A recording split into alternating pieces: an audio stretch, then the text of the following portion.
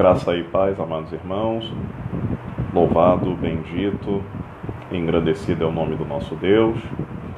Mais uma vez estamos unidos aqui nesse espaço virtual para que possamos juntos avançarmos e progredirmos no pleno conhecimento de Cristo através dessa disciplina História da Igreja. Então hoje nós vamos dar prosseguimento, vamos avançar e vamos procurar concluir esse conteúdo. Amém, irmãos? Quero desejar graça e paz a todos os irmãos que estão chegando. Irmão Walter, meu amigo, decano, bom poder falar com você, meu nobre. Deus te abençoe grandemente. Irmã Márcia, graça e paz, sejam bem-vindos. Então vamos avançar e vamos dar prosseguimento ao nosso conteúdo. Então vamos orar para nós podermos iniciar a nossa aula de hoje. Soberano, eterno, poderoso Pai, graças nós te damos, Rei da Glória, Deus bendito, cuja presença nós estamos para te exaltar, te glorificar, bendizer o teu santo nome, Senhor. Nós te louvamos, Pai, na beleza da tua santidade, porque mais uma vez tu nos dá a oportunidade de podermos estar reunidos nesse espaço, Senhor, virtual, remoto, para podermos, Senhor, aprendermos e desenvolvermos os conhecimentos referentes aos aspectos ligados à tua obra, Pai. Senhor, nos dê a direção, Pai, sob o teu Espírito Santo, que ele venha nos conduzir, nos direcionar, Senhor, nessa aula, nesse encontro.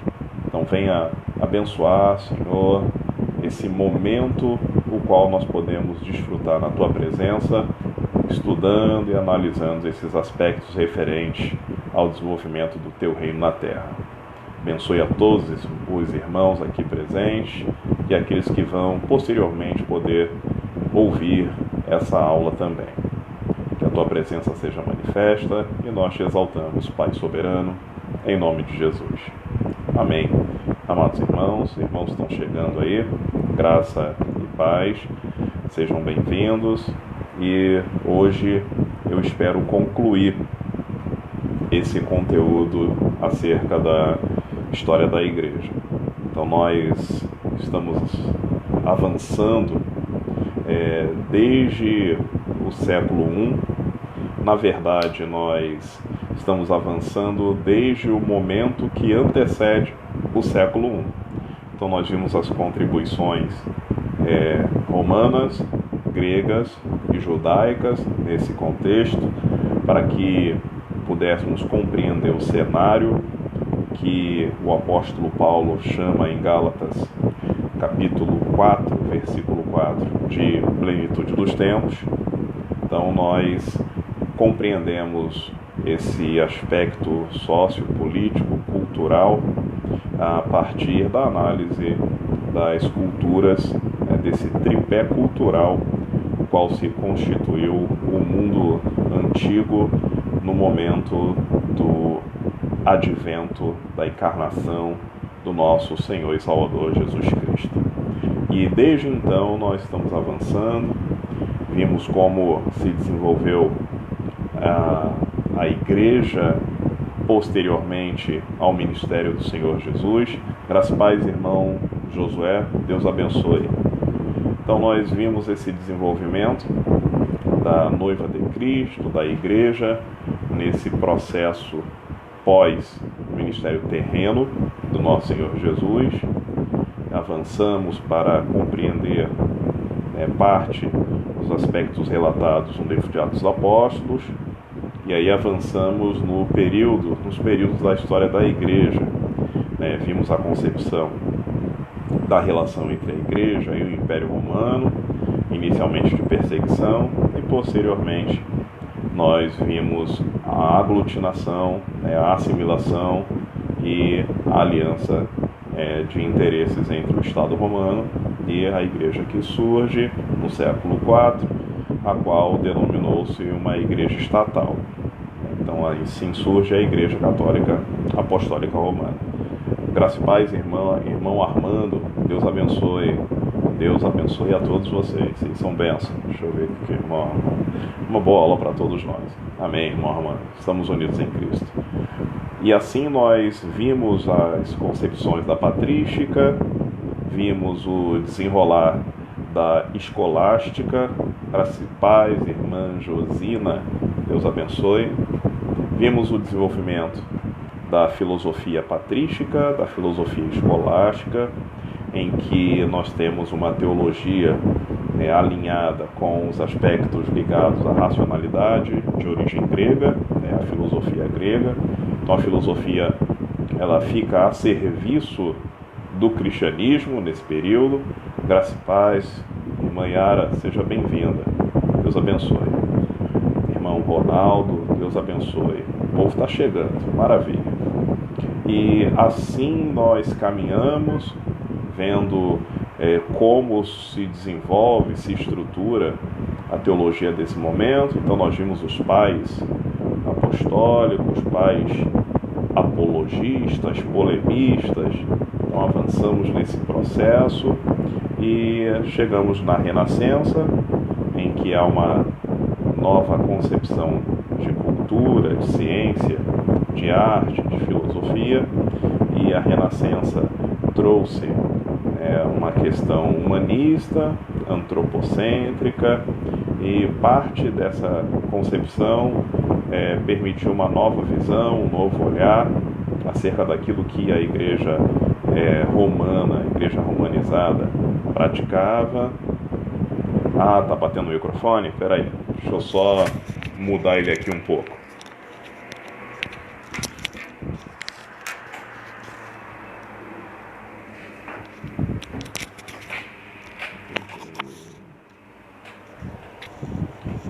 Vê se melhorou aí.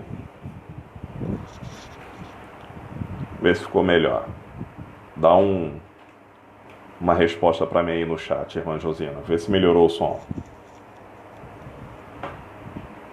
Melhorou? Dá um positivo ou negativo aí para mim, para eu poder ter a ciência de que tá tudo ok. Oh, maravilha, maravilha. Então tá ótimo, irmãos. Benção. Vamos lá, vamos avançar então. Então nós temos o desenvolvimento, ok, maravilha. Então nós temos o desenvolvimento de um pensamento mais voltado para as questões humanas, e isso permite um avanço. Maravilha, irmã José. Então melhorou. O que importa é isso, que vocês ouçam bem e consigam ver, que aí a gente já avança nesse desenvolvimento dos recursos didáticos. E aí ocorre que nesse processo nós vimos que os homens daquele contexto, imbuídos dessa missão de regularizar, de promover uma moralização da fé cristã em virtude dos desvios de conduta da Igreja Católica Apostólica Romana, da Igreja Romana, e aí nós podemos observar o desenvolvimento da reforma protestante ou reforma religiosa.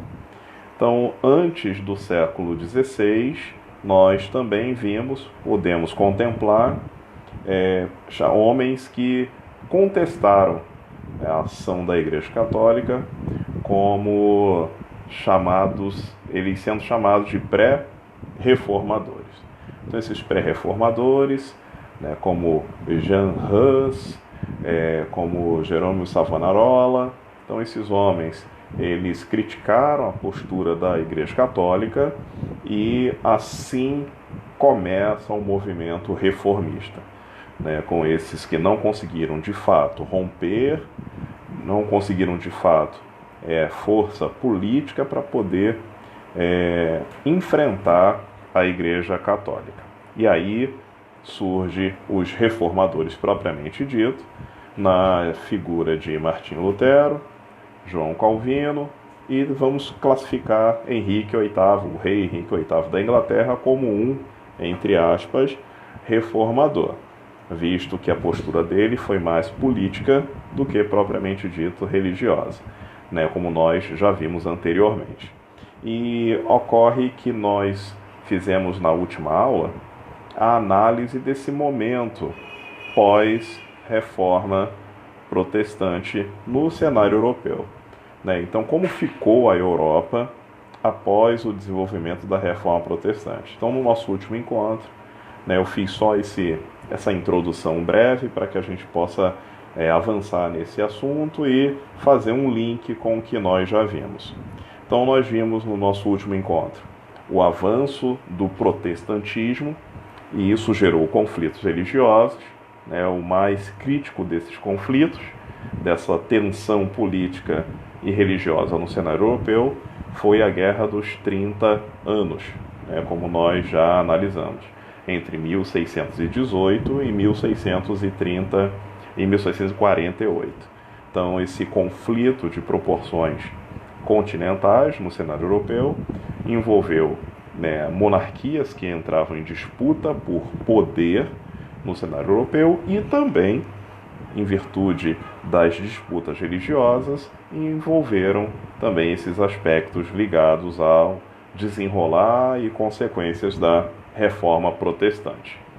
Então, nós vimos como o momento pós-reforma se desenvolveu na Europa. Então, nós vimos, né, a reforma na Escócia, com John Knox.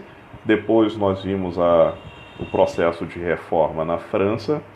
Então, os franceses protestantes, que eram chamados de huguenotes, certo que os irmãos lembram dessa nomenclatura, eles sofreram um grande revés, né, no ano de 1572, né, naquilo que nós chamamos de a Noite de São Bartolomeu, quando, né, alguns milhares de huguenotes foram massacrados por católicos, né, em virtude dessa crise religiosa na Europa e, nesse caso específico, na França, como um dos desdobramentos desse período pós-reforma. Posteriormente, nós vimos o desenrolar da reforma nos Países Baixos, especificadamente naquilo que ficou conhecido como Holanda, né? Os Países Baixos eles se desmembraram em Bélgica, Holanda e Luxemburgo. Porém, né, nós nos atemos à Holanda, pois a Holanda ela adotou, né, a religião protestante de cunho calvinista.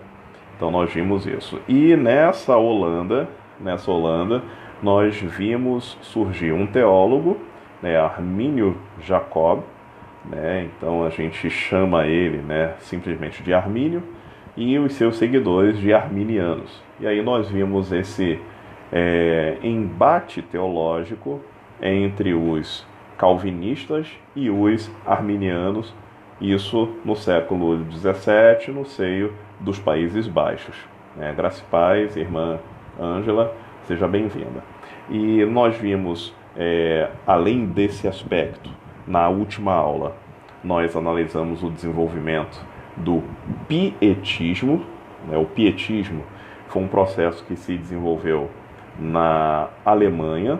Então, a Alemanha é fruto, né, dessa reforma protestante, mas uma vida que, em boa parte, as pessoas não professavam com testemunho a fé. Então surge o pietismo na Alemanha, em contrapartida, né, esse mesmo movimento, mas com uma outra nomenclatura, né, o metodismo, né, o puritanismo na região da Inglaterra. Então nós temos os puritanos, né, também com essa mesma postura, né, são contrários aos exageros da sociedade, uma sociedade que visa apenas o prazer, as bebedeiras, uma libertinagem excessiva. E tanto os pietistas quanto os puritanos, eles buscam uma vida austera, eles buscam uma vida regrada, buscam dar um testemunho da vida do Senhor Jesus na própria vida deles. Então nós vimos esses aspectos referentes tanto ao pietismo quanto ao puritanismo. Além disso também nós vimos o avanço do protestantismo na América, no Novo Mundo, né, no século XVII, em virtude das perseguições no cenário europeu, principalmente na Inglaterra, então nós temos a migração de muitos protestantes para a região que era chamada 13 colônias da América do Norte, 13 colônias inglesas. Então isso se desenvolve no início do século XVII. Graças a Paz, irmã Cristina, seja bem-vinda. E nesse processo do século XVII, século XVIII, nós vimos um desenvolver de um processo de avivamento, né, um dos grandes avivamentos na história da Igreja, né, o grande avivamento do século XVIII, e nós destacamos nesse avivamento do século XVIII a ação dos irmãos morávios, né, então nós podemos observar como os morávios desenvolveram, né, a sua prática cristã, a sua teologia, a sua missiologia, né? Eles são os precursores das missões modernas, e os morávios, eles tinham um amor, um apreço pelo Senhor, pela obra do Senhor e pelo próximo. Então os morávios levaram, né, vamos dizer assim, ao pé da letra, né, quando o apóstolo Paulo fala em Atos 24, né, que em nada tenho a minha vida por preciosa. Então os morávios levaram isso ao pé da letra. Eles não apenas liam esse texto, mas eles viveram isso. Então eles viveram o espírito da palavra nesse sentido, se doando, se entregando, e inclusive, como nós falamos, se vendendo como escravos. Então os irmãos morávios tiveram essa importância dentro do contexto da história da Igreja. Outro aspecto que nós vimos também, dentro do metodismo, na última aula, nós analisamos o Clube Santo, né, dos irmãos Wesley, e também a ação de George Whitefield. Então nós vimos como esses irmãos contribuíram para a obra do Senhor, foram pregadores itinerantes, além de itinerantes, pregadores que iniciaram o processo de pregação a céu aberto, pregação em lugares públicos. Então eles não pregavam apenas nas catedrais, nas igrejas, mas num espaço em que pudesse reunir pessoas, eles começavam ali a anunciar o Evangelho, anunciar o Cristo que cura, salva, liberta e que transforma a vida do homem, que remiu os pecados da humanidade. Então esses irmãos do Clube Santo, né, eles foram de extrema importância para o avançar da obra do Senhor nesse processo. E vejam, os irmãos Wesley eram arminianos e o Whitefield era calvinista. E ainda assim eles conseguiram fazer uma obra magnífica, né? Tiveram suas divergências, sim, mas isso não impediu do avançar e o processo do crescimento da obra do Senhor. É uma coisa maravilhosa. Hoje a gente briga tanto, muitas das vezes porque é arminiano, porque é calvinista, porque um fala uma vez salvo, salvo para sempre, o outro fala que perde a salvação, e a gente, em vez de ficar perdendo tempo com isso, deveríamos estar unidos como Igreja de Cristo, pregando o Cristo que vai voltar e o Cristo que salva. Então são aspectos dessa nossa dificuldade de andar junto, de caminhar um com o outro. E nós fechamos, a nossa aula da semana passada, a última aula, melhor dizendo, analisando os aspectos referentes ao processo também nos Estados Unidos, com o avanço na mensagem daquele grande homem de Deus, grande profeta, orador, pregador e teólogo, Jonathan Edwards. Foi um dos grandes expoentes do Senhor no campo intelectual. Então Deus usa homens leigos, Deus também usa homens dotados de conhecimento científico. Jonathan Edwards era um filósofo, foi uma das maiores mentes dos principais pensadores dos Estados Unidos. É reconhecido e reverenciado até hoje. Seus textos são lidos nas universidades, são analisados pela bancada de mestres e doutores. Então, Jonathan Edwards era um erudito e Deus usou aquele homem de forma poderosa nesse contexto. Enquanto o iluminismo avançava e crescia na Europa, nos Estados Unidos, Deus também tinha o seu iluminado. Deus tinha um homem piedoso chamado Jonathan Edwards. Então, na aula de hoje, a gente fecha esse desenvolvimento da história da igreja no âmbito geral e, posteriormente às nossas aulas, creio que deve ser basicamente 2 aulas, eu acho que a gente consegue fechar. A gente vai analisar a história do protestantismo no Brasil.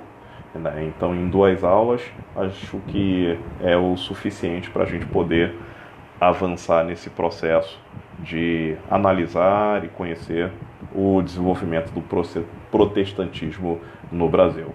Então, hoje a gente ainda começa analisando alguns aspectos desse século XVIII e nós temos a análise desse avivamento que se desenvolveu nesse século XVIII com esses homens de Deus, e eu queria expor para os irmãos que esse avivamento, que foi um dos grandes avivamentos da história da igreja, e alguns teólogos acreditam que foi o último dos avivamentos, e alguns dizem que o último dos avivamentos de fato é no século XIX, final do século XIX, início do século XX, com o desenvolvimento do pentecostalismo que ocorre na Rua Azusa. Então nós vamos analisar isso daqui a pouco, mais para frente. E aí ocorre, amados irmãos, que esse avivamento que se desenvolveu no século XVIII, ele foi firmado em 4 pilares. Então nós temos 4 pilares para fazer a análise desse desenvolver do avivamento do século XVIII. Então, o primeiro pilar é o aspecto ligado à conversão. Então, os pregadores do século XVIII, eles tinham uma ênfase na sua mensagem. Então, a mensagem, nós vamos separar essa mensagem dos pregadores do século XVIII, homens que foram instrumentos de Deus para o avivamento. Eles não são causadores do avivamento, eles foram instrumentos de Deus, porque quem aviva é o Senhor, o Espírito Santo de Deus é quem trabalha. Então Deus usou esses homens para que eles pudessem ser esse instrumento para o avivamento. E analisando as mensagens desses homens de Deus do século XVIII, a gente pode enxergar 4 pilares nesse processo de avivamento do século XVIII. Então, o primeiro pilar é a ênfase na conversão. Então, a mensagem desses homens do século XVIII apontava que era necessário nascer de novo. E esse nascer de novo implicava numa transformação de vida. Então, esse é o primeiro pilar do avivamento do século XVIII. Então, uma vida de conversão, uma ênfase na conversão. O segundo pilar era uma centralidade na palavra. Então, temos o desenvolvimento de um biblicismo por esses homens do século XVIII. Então, a mensagem era bíblica, a interpretação, a exegese, a homilética era focada, eram pontos centrais na mensagem desses homens. Então, eles tinham confiança não no seu intelecto, mas eles tinham confiança na palavra do Senhor, que sendo ela a maior revelação dada aos homens. Então, esse era o segundo pilar desse avivamento do século XVIII. Então, nós temos primeiro pilar, conversão, a ênfase na conversão. Segundo pilar, centralidade da palavra. Terceiro pilar que a gente pode enxergar na mensagem desses avivalistas do século XVIII, centralidade de Cristo. Então, a mensagem desses homens mostrava a morte e a ressurreição do Senhor. A mensagem desses homens apontava para a cruz, a vida de cruz, a necessidade de levar a sua cruz, a necessidade de perdoar, a necessidade de conviver, a necessidade de estar junto com seus irmãos, ainda que fosse difícil a convivência. Então isso era a mensagem de cruz, centrada no Cristo que morreu, mas ressuscitou. Então é um outro aspecto da mensagem desses avivalistas. E o último pilar desse processo de avivamento do século XVIII, que a gente consegue observar, é o ativismo. Então esse ativismo vamos transliterar para testemunho. Graça e paz, irmão Adriel, irmã Luciana, sejam bem-vindos. Então esse ativismo, testemunho, a vida de Cristo sendo expressa nesses homens.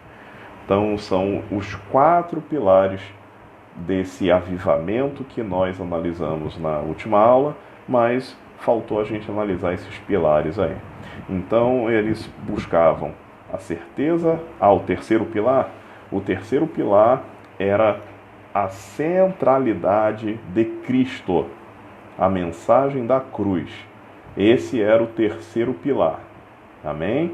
Então, uma vida centrada em Cristo, a mensagem centrada em Cristo e a mensagem centrada na cruz.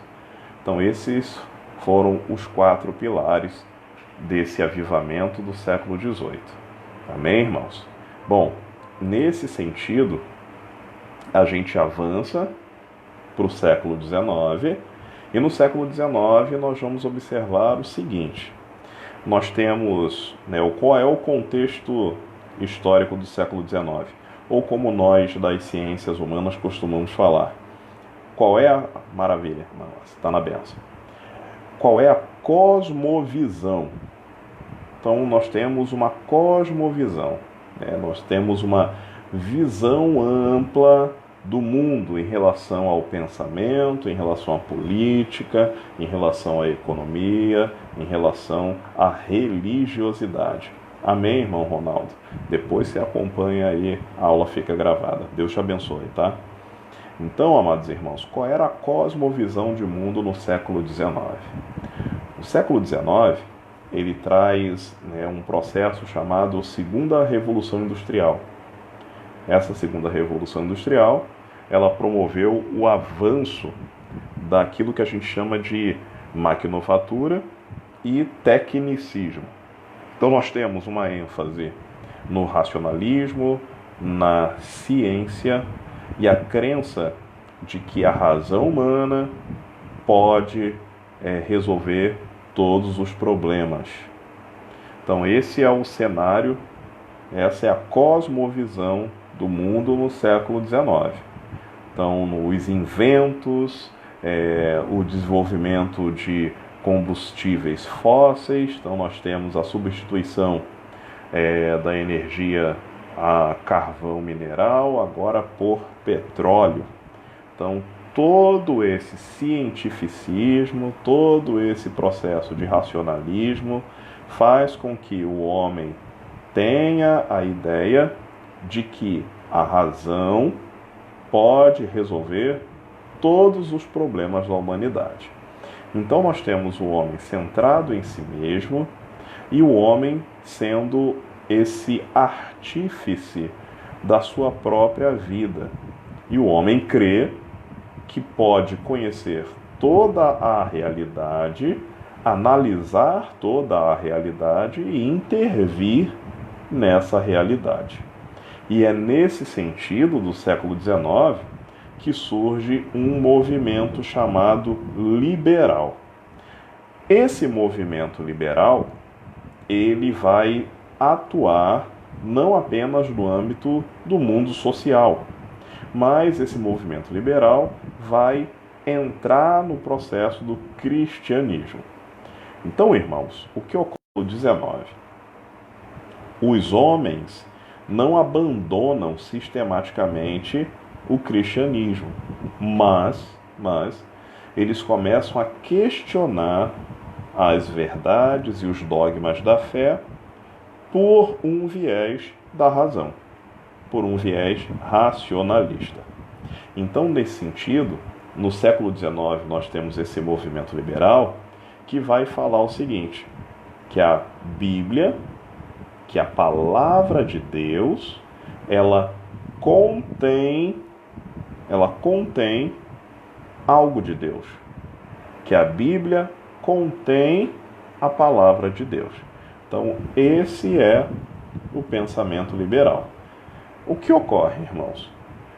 Quando nós tomamos esse rumo, quando nós tomamos esse caminho, é um caminho de que o homem se torna senhor da Bíblia. Porque se a Bíblia ela apenas contém a palavra de Deus, então, em contrapartida, ela contém outras palavras que não são de Deus, consequentemente. Ou a Bíblia é a palavra de Deus, ou ela é a palavra de Deus. Se a Bíblia contém a palavra de Deus, então entende-se, nesse movimento liberal, racionalista, entende-se que a Bíblia tem palavra de homem. Se tem palavra de homem, ela tem falhas, ela tem equívocos, ela tem erros. Então esse movimento liberal do século XIX, que vai atacar a palavra de Deus, que vai tentar minimizar o peso da palavra de Deus, esse movimento liberal começa a julgar a palavra de Deus. Então nós temos, amados irmãos, os homens, os racionalistas, sendo juízes da Bíblia. Então eles vão levar a Bíblia para o tribunal e vão julgar o que é e o que não é. Vão fazer uma separação do que é a Escritura e daquilo que não é. Só que, amados irmãos, a Bíblia, ela é a palavra de Deus. É o Verbo encarnado. Deus e a sua palavra são uma só coisa. E ali, amados irmãos, o que ocorre? Quando nós nos tornamos juízes da palavra, nós estamos invertendo a situação. A palavra é quem deve ter juízo sobre nós, e não nós juízo sobre a palavra. Então esse movimento liberal do século XIX, ele começa promovendo uma deidificação do homem. Então o homem é elevado à categoria de juiz, o homem é elevado à categoria de Deus, porque ele pode julgar a palavra de Deus. Então esse movimento liberal do século XIX dizia que a Bíblia tinha trigo, mas também tinha casca. E deveria-se, a partir de um método científico, que a gente chama de método histórico-gramatical, através desse método de análise literária, científica, o homem iria separar o trigo da casca. Mas, amados irmãos, não há casca na palavra de Deus. Só há grão. Toda palavra de Deus é inspirada. A palavra de Deus, as escrituras sagradas, toda a escritura é divinamente inspirada, já diz o apóstolo Paulo, inspirado pelo Espírito Santo de Deus. Então não há, amados irmãos, na palavra do Senhor, não há casca. Tudo é grão. Então esse movimento do século XIX, ele traz esse viés e que coloca as escrituras sob um tribunal, mas o homem não é levado a esse mesmo tribunal. O movimento liberal do século XIX, um movimento cristão, irmãos, queria promover, através da razão humana, uma minimização da ação da palavra de Deus, do poder da palavra de Deus. Então, nesse século XIX, nós temos esse movimento liberal, que é um movimento cristão, por incrível que pareça. Então, nós temos muitos teólogos dessa linha liberal, até hoje, né, que andam por essa vereda, andam por esse viés. Então, você, se circular um pouco na internet e ver algumas exposições, algumas mensagens, você vai perceber esse liberalismo, né? Esse liberalismo, ele hoje tem avançado, tem entrado sob uma forma de que a palavra ela visa atender às necessidades humanas. Então nós temos esse viés hoje ocorrendo no meio do povo de Deus, infelizmente. Mas no século XIX não teve só esse movimento que a gente pode colocar no campo da crise. No século XIX, Deus levantou alguns homens, irmãos, para confrontar esse sistema racionalista, alguns obreiros, alguns santos do Senhor.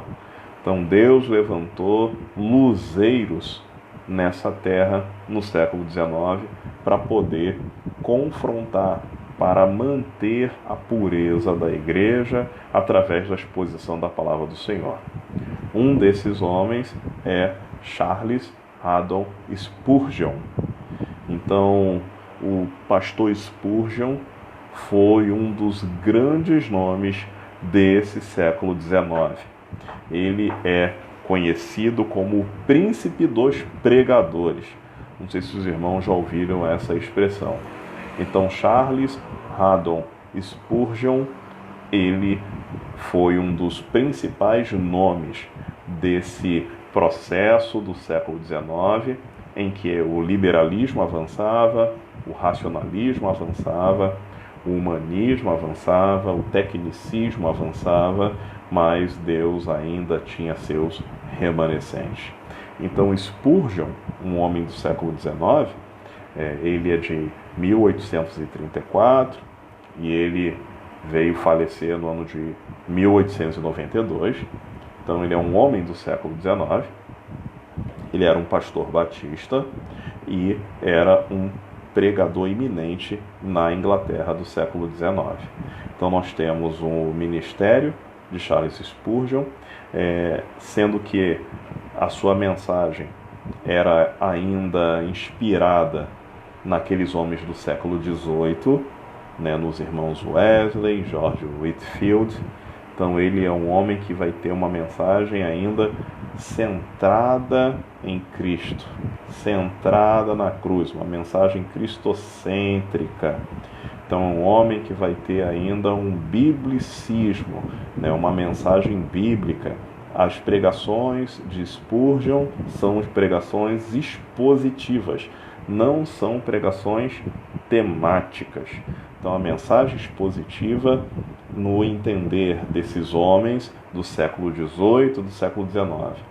A mensagem expositiva, no entender deles, na direção que o Espírito Santo deu a eles, é a mensagem que promove a edificação da igreja e que promove a conversão através do Espírito Santo, convence o homem da justiça, do pecado e do juízo, através da exposição das Sagradas Escrituras, da suficiência e da eficiência da palavra do Senhor.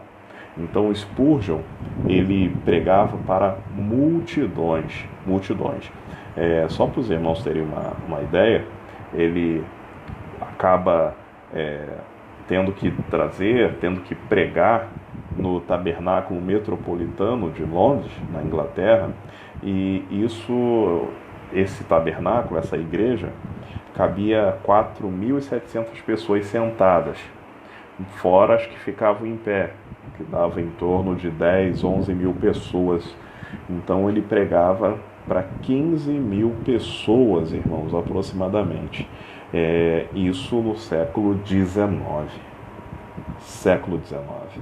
Então havia um grande avivamento, sendo que esse avivamento do século tanto XVIII quanto XIX não foi um avivamento com artistas, não foi um avivamento com cantores, com cruzadas, não foi um avivamento com eventos, não foi um avivamento com esses aspectos que ocorrem nos dias atuais. Era um avivamento por causa da palavra. Então a palavra do Senhor é que promovia o avivamento, através da ação penetradora do Espírito Santo, pela graça de Deus. Então é um momento histórico muito interessante, e Deus está nos mostrando, quando a gente volta para esse passado, um passado recente, né, um passado de 150 anos, um passado de 200 anos, um passado recente, né, vamos dizer assim, 5 gerações, mostra como ele quer promover um avivamento no nosso meio. Então, durante o seu ministério, Spurgeon, ele formou aproximadamente 1000 obreiros para poder desenvolver a obra do Senhor, para avançar. Então, Spurgeon era um homem realmente usado pelo Espírito Santo para poder pregar e pregar com graça, com a centralidade de Cristo, para pregar uma mensagem impactante, vinda do trono de Deus. Então, Charles Spurgeon, ele é conhecido como o príncipe dos pregadores. Um outro homem desse século XIX, já nos Estados Unidos, Spurgeon foi na Inglaterra, e nos Estados Unidos nós temos um homem também, que é Charles Finney. Charles Finney. Talvez você tenha até um esboço de teologia sistemática de Finney. Esse pastor dos Estados Unidos, ele era um teólogo, autor de teologia sistemática, assim como Spurgeon também, tá? Então, às vezes a gente vê lá, na capa do livro, Finney, e a gente fica, quem é esse Finney? Tá? Então é dele que nós estamos falando agora.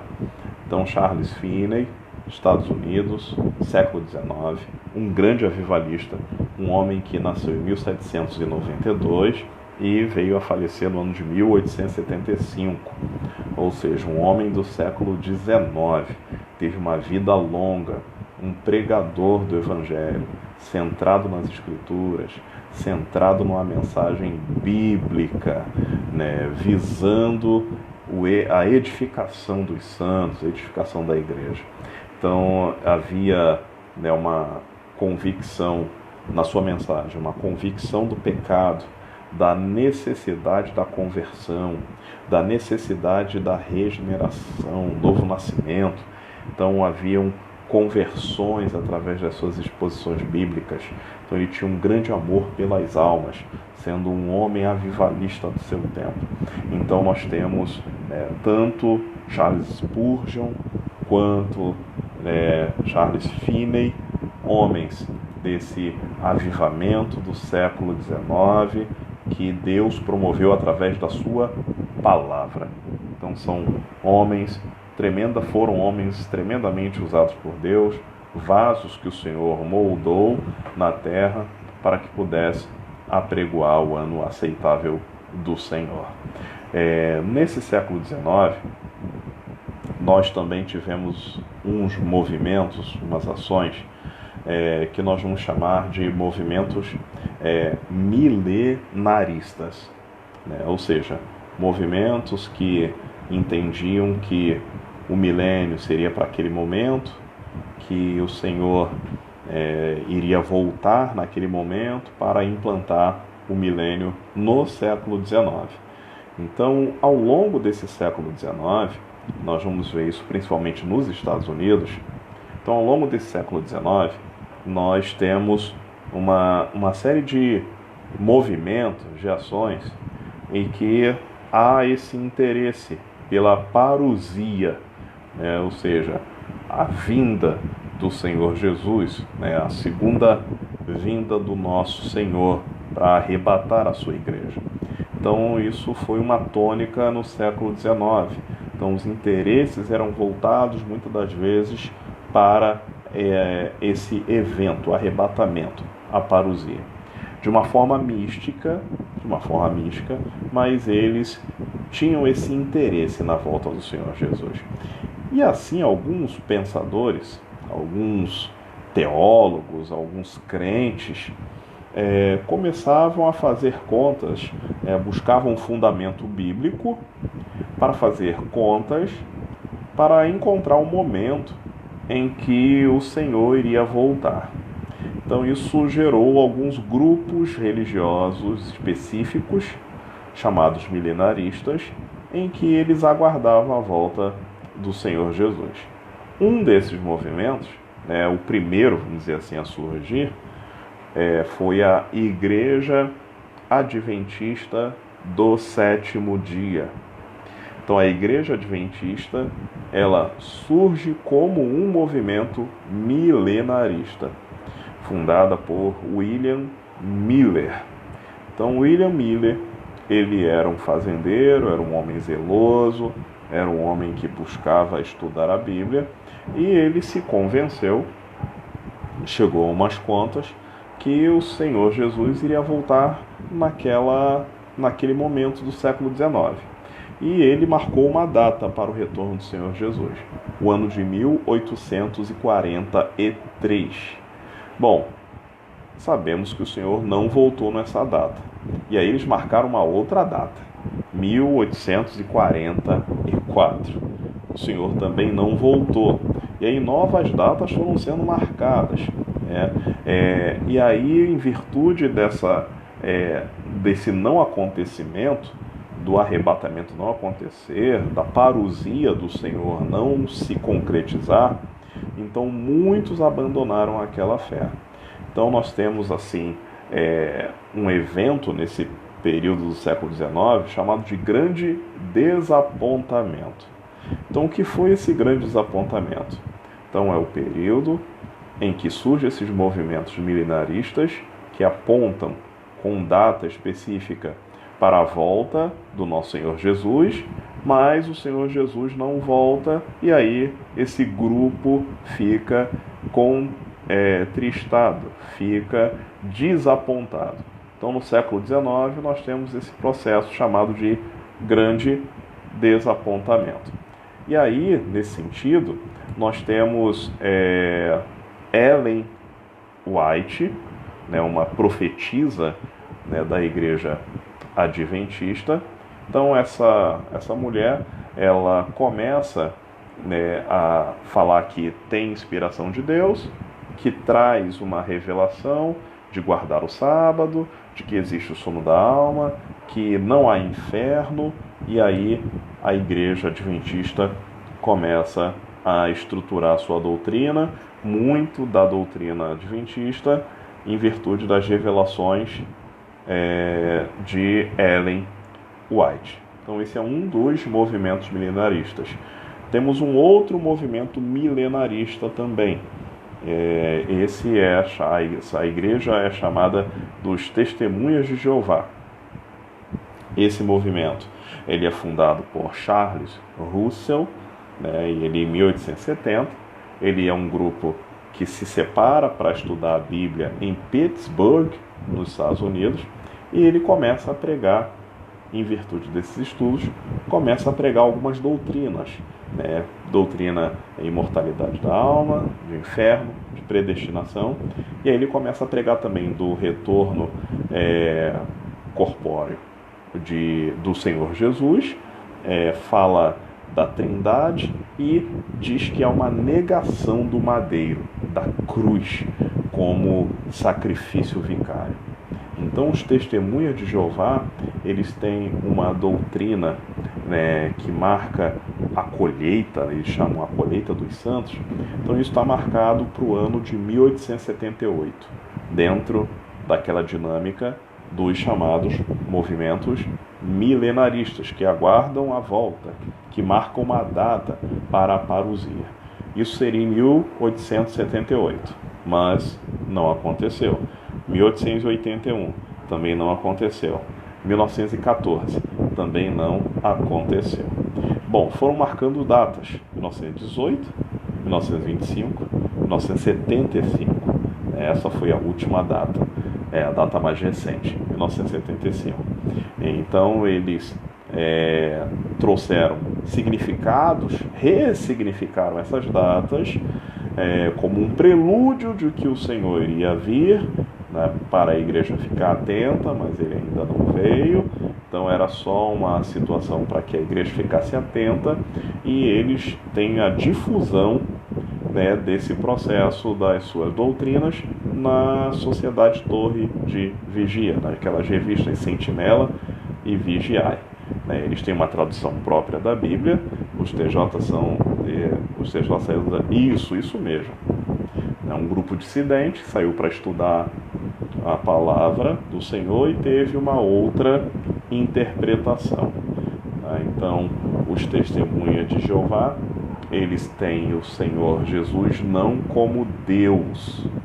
É um outro ponto crítico da teologia dos Testemunhas de Jeová.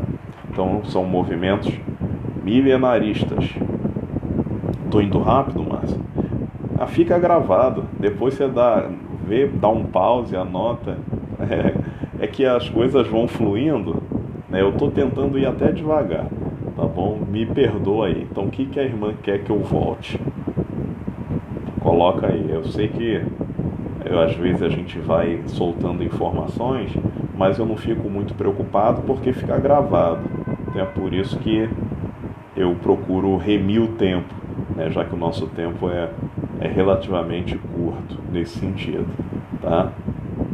Esse assunto é muito bom. A gente tem que aprender, né, para poder fazer uma apologia da fé cristã, né, para poder defender, né, o nosso credo, a nossa fé, quando eles batem na nossa porta.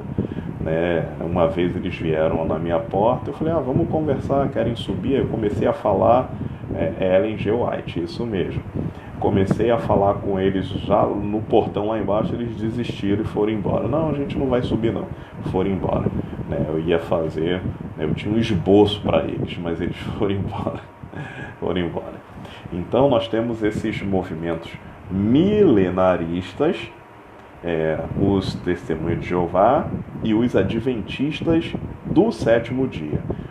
A Ellen G. White está ligada a esse grupo dos Adventistas do sétimo dia. Amém? Então, no século XIX, nós temos um outro grupo, um outro movimento que surge, além desse movimento milenarista. Amém? Então, nós temos um movimento milenarista no século XIX, e agora nós vamos ter um outro movimento também, que a gente vai chamar de sectários, ou seja, os que se separam, eles se colocaram à parte. Então, eles saem daquilo que é o convencional e eles buscam uma revelação própria. Então, esse grupo é chamado de sectário. Então, esses sectários, nós temos um grupo que é muito forte nos Estados Unidos. Surgiram nos Estados Unidos, claro, e é um grupo muito forte nos Estados Unidos, principalmente na região centro-sul dos Estados Unidos, que são a Igreja de Jesus Cristo Santo dos Últimos Dias, ou como eles são conhecidos, Mormons. Então, a Igreja de Jesus Cristo Santo dos Últimos Dias. Então, essa comunidade cristã, ela é formada a partir da revelação dada a um homem chamado Joseph Smith, no século XIX. Então, ele é de 1805, ele morre em 1844. Então, Joseph Smith é esse líder dessa Igreja de Jesus Cristo Santo dos Últimos Dias. Então, ele afirmou que numa escavação, no ano de 1827, ele descobriu tábuas, lâminas de ouro. E essas lâminas de ouro deram origem, elas trouxeram uma revelação, e elas deram origem ao livro dos Mormons. Então esse é o processo de surgimento desse grupo sectário, desse grupo que se separa daquilo que era o convencional. Então nós temos essas tábuas de ouro, essas lâminas de ouro, sendo uma revelação e um complemento.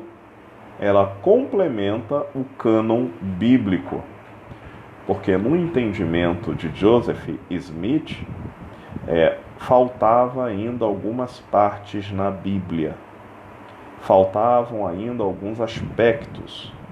Então essas lâminas, essas tábuas de ouro encontradas numa escavação e que um anjo aparece para ele, elas complementariam, seriam um adendo, seria um anexo à palavra do Senhor, a Bíblia.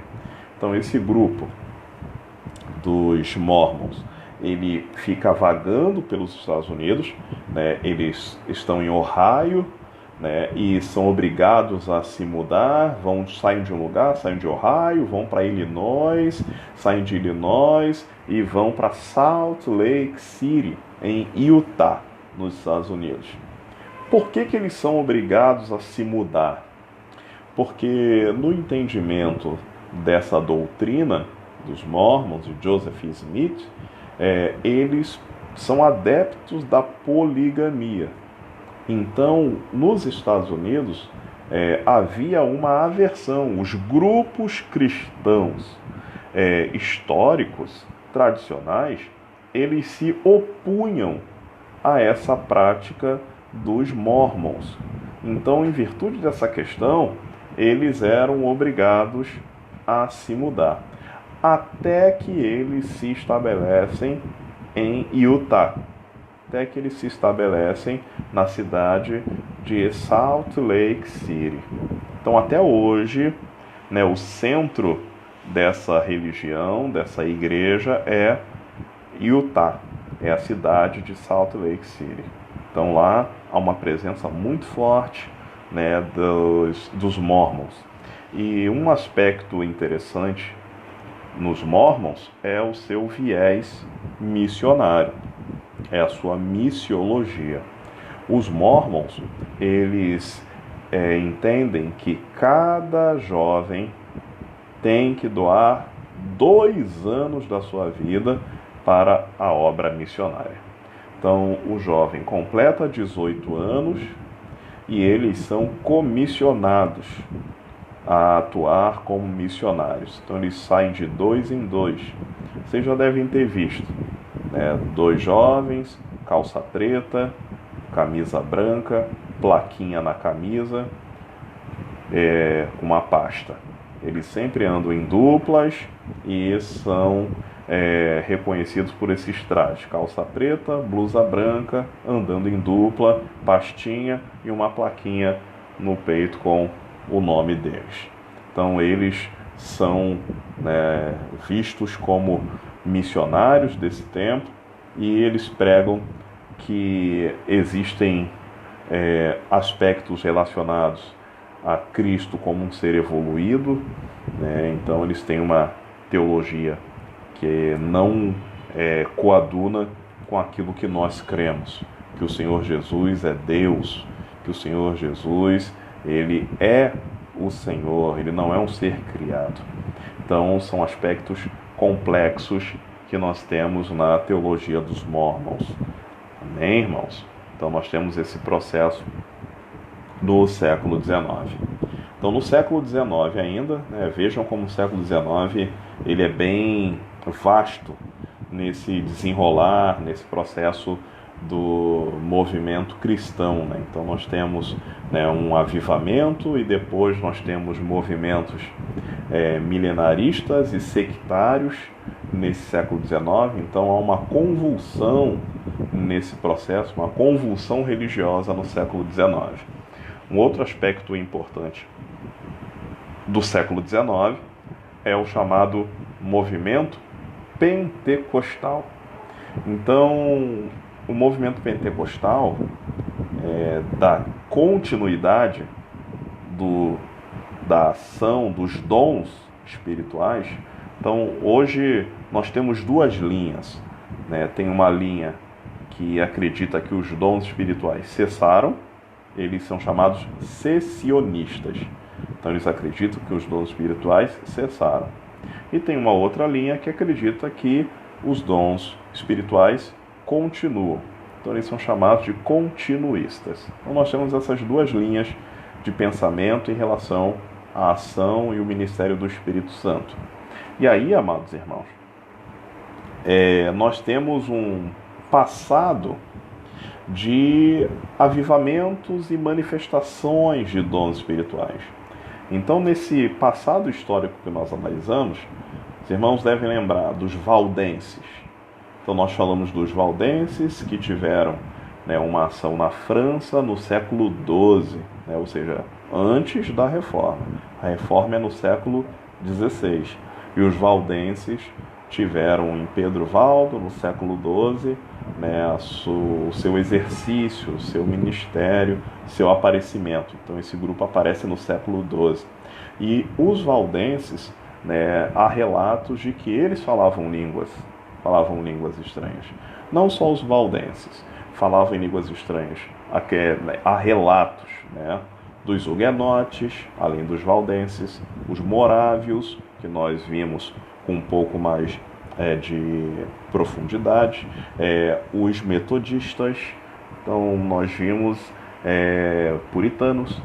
Há relatos, né? A gente não pode afirmar, mas há relatos de que eles falavam em línguas e que havia um despertamento, um avivamento, havia um pentecostalismo nas ações desses irmãos. Então, nos Estados Unidos, no século XIX, né, por volta dos anos 1840, nós temos um movimento chamado Holiness, que é justamente essa ideia do sagrado, daquilo que é sagrado, daquilo que é santo, né, um movimento de santificação, né, Holiness, santificação. Então nós temos esse movimento nos anos 1840, a partir dos anos 1840, em que havia uma pregação focada numa segunda bênção. Então essa segunda bênção seria o batismo no Espírito Santo, que iria completar a obra de Deus na vida do santo. Iria preparar, fortalecer, santificar, capacitar o homem e a mulher de Deus para a obra de Deus e para o pleno conhecimento de Cristo. Então esse é um movimento Holiness nos Estados Unidos por volta da metade do século XIX, por volta ali a partir de 1840. Então nós temos, né, o desenvolvimento desse movimento, que há uma busca, há um foco, uma ênfase nesse batismo do Espírito Santo, falar em línguas, manifestação de poder, curas e milagres. Então nós temos isso nos Estados Unidos nessa metade do século XIX. E na transição do século XIX para o século XX, nós temos o grande ápice, o apogeu desse movimento pentecostalismo. Falei devagar para não errar. Então ocorre, amados irmãos, que nessa transição do século XIX para o século XX, o movimento pentecostal, ele ganha força, ele ganha vigor. E em que sentido? Então nós vamos relatar de uma forma panorâmica, superficial, nós vamos abordar o desenvolvimento do avivamento da Rua Azusa, que ocorreu lá nos Estados Unidos no ano de 1906, né, no início do século XX. Então havia um pastor chamado William Seymour, ali na região de Houston, Texas, e ele passa a conviver com irmãos desse movimento Holiness. Ocorre que Seymour né, sendo negro, ele já convivia com segregação, separação. Então ele muitas das vezes se sentia segregado e buscava no Senhor forças para poder cultuar. E aí ocorre, amados irmãos, que ele se muda para Los Angeles, ele vai para a Califórnia. E aí ele é expulso de uma congregação justamente por causa dessa crença no movimento de santificação, no movimento holiness, no movimento que busca o batismo no Espírito Santo.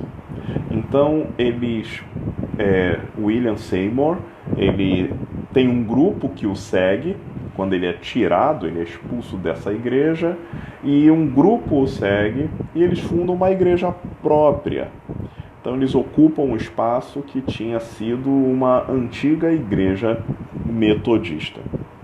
Então eles ocupam aquele espaço, né? E então nós temos uma igreja, né? Nos Estados Unidos nós temos muito isso, uma igreja negra, em virtude da segregação racial, mas até hoje, irmãos, nós temos muitas igrejas nos Estados Unidos negras, igrejas em que é voltada para os grupos étnicos negros. Você dificilmente vê um branco em algumas igrejas tradicionalmente negras nos Estados Unidos.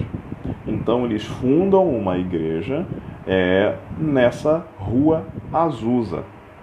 Então na Rua Azusa, no número 312 dessa rua, eles fundam uma igreja. E ali eles começam a promover uma busca pelo Espírito Santo, uma busca pelos dons, e aí isso começa a ganhar projeção. E esse movimento começa a se espalhar, sai da cidade de Los Angeles e ganha proporções nacionais, o que acontecia ali na Rua Azusa com aqueles crentes. Então ocorre que eles tinham ali a sua igreja, eles manifestavam-se em buscar o Espírito Santo de Deus, o batismo com o Espírito Santo, e o movimento foi ganhando força, foi ganhando corpo e se espalhou. Não era a intenção daqueles obreiros sair divulgando e difundindo, mas assim operou o Senhor no meio daquele povo. Então saiu matéria até no jornal, em um jornal de circulação estadual, depois um jornal de circulação nacional. Então se espalhou o que acontecia ali na Rua Azusa. Então acontecia, irmãos, que a membresia era pequena, em torno de 50 a 60 pessoas, mas muitos visitantes iam à igreja. Então a igreja, que era pequena, por muitas vezes os cultos, as pessoas ficavam do lado de fora. Mais de 1.000 pessoas acompanhando os cultos ali na Rua Azusa, no número 312. E isso promoveu um encontro de muitos crentes de várias denominações, do próprio movimento Holiness, batistas, metodistas, anglicanos, muitos crentes de outras denominações afluíam ali para a Rua Azusa, para o número 312, em virtude do movimento e do que Deus estava fazendo com aquele povo. E aí nós temos o movimento da rua, muitos irmãos não sabem o nome daquela igreja. Fala-se muito do movimento da Rua Azusa, mas aquela igreja tinha um nome, era Missão de Fé Apostólica. Então esse era o nome da igreja, Missão de Fé Apostólica. E essa igreja, ela começa a impactar os Estados Unidos, e ela, diferentemente do que acontecia e do que acontece ainda hoje nos Estados Unidos, uma segregação étnica, vamos dizer assim, aquela igreja da Rua Azusa, essa Missão da Fé Apostólica, ela aglutinou, em virtude da busca pelo Espírito Santo, ela aglutinou negros americanos, brancos, hispanos, parte da população que era segregada, parte da população que não tinha muita voz no meio social. Então a sociedade rejeitava-os de alguma forma. Então, muito da ação do Espírito Santo foi agregar, congregar esses irmãos. Então, vendo aquela doutrina pentecostal, o movimento Holiness chega no seu ápice, né? Então, há uma busca pelo Espírito Santo, e uma das manifestações principais no meio daquela igreja era o dom de línguas. Então, o movimento da Rua Azusa, na igreja Missão da Fé Apostólica, tinha uma ênfase. O ruído... Espera aí, rapidinho, Josué. Espera aí.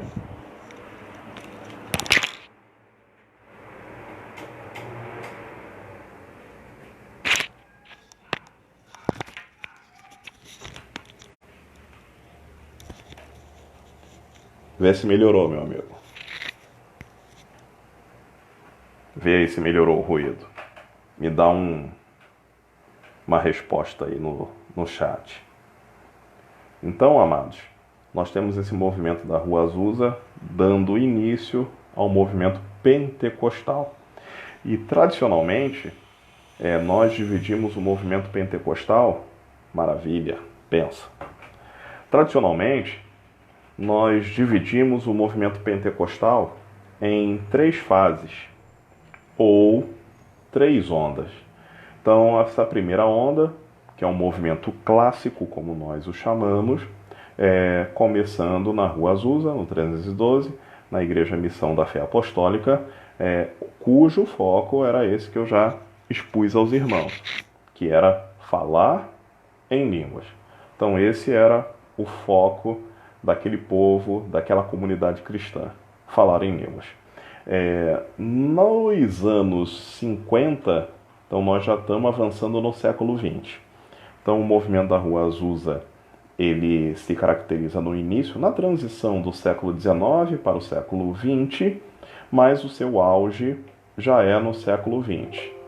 Então nós temos o auge, só colocar aqui que está acabando a bateria do celular.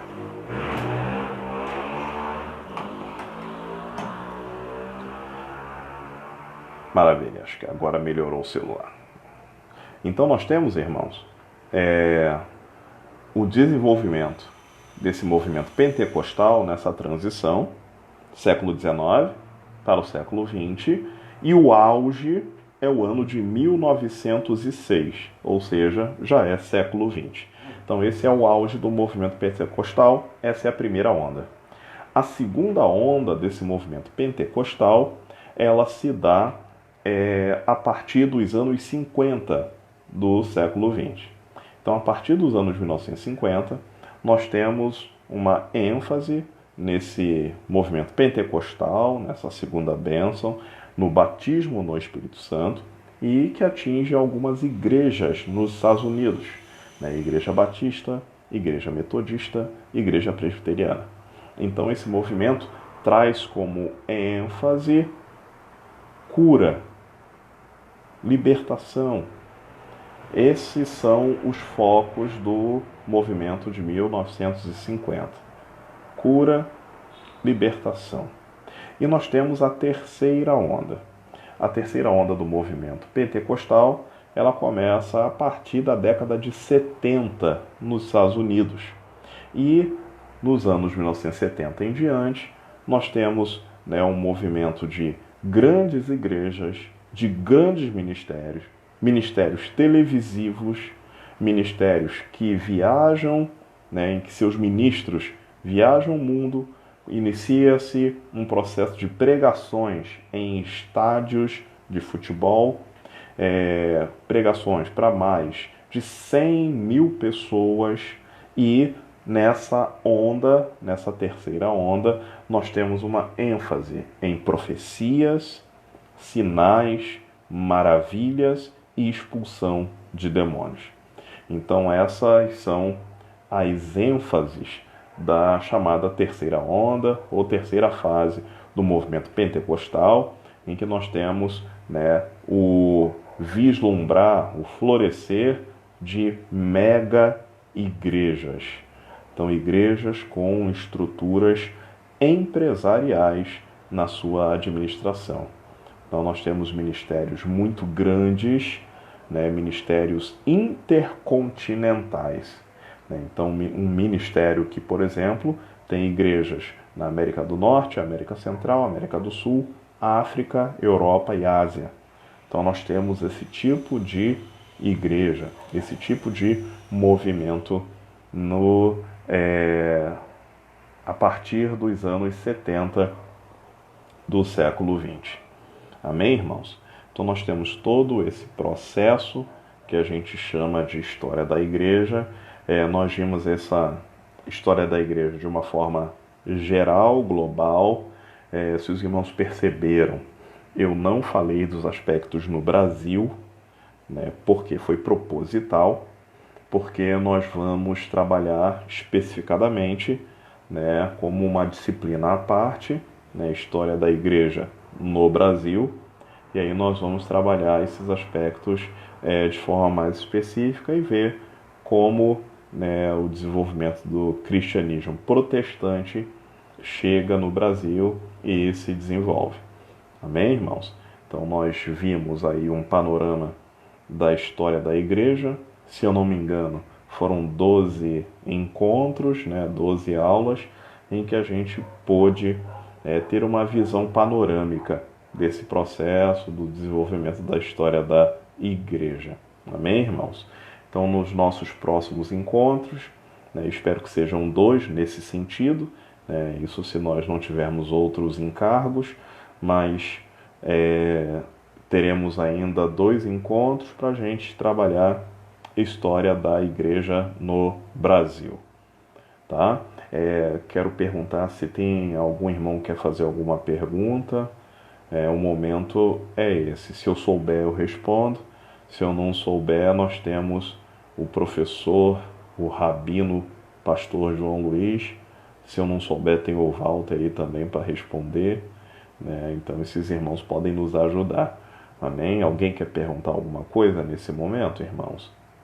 Então nós, hoje, concluímos esse processo de história da igreja no âmbito geral, né? História da igreja no âmbito mundial, vamos dizer assim.